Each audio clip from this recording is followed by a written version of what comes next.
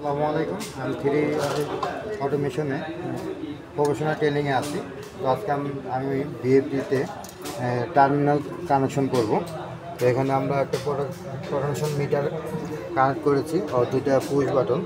এইটা একটা ফরওয়ার্ডে চলবে এবং অপরটা রিভার্সে চলবে। তো আমরা যে পটেনশিয়াল মিটারে এটা বাড়িয়ে নিলাম, ফ্রিকোয়েন্সি 25-এ দিয়ে রাখলাম। বসিয়ে দিলাম। তো এখন আমরা মোটরটাকে অন করে দেখব যে এখন মোটরটা ফরওয়ার্ডে ঘুরতেছে। কোন সুইচটা চাপার পরে ফরওয়ার্ডে বললো? M0 চাপার পরে মোটরটা ফরওয়ার্ডে ঘুরতেছে। তো এখন আমার এটা হলো M1 প্রেস করার পরে মোটরটা রিভার্সে চলতেছে।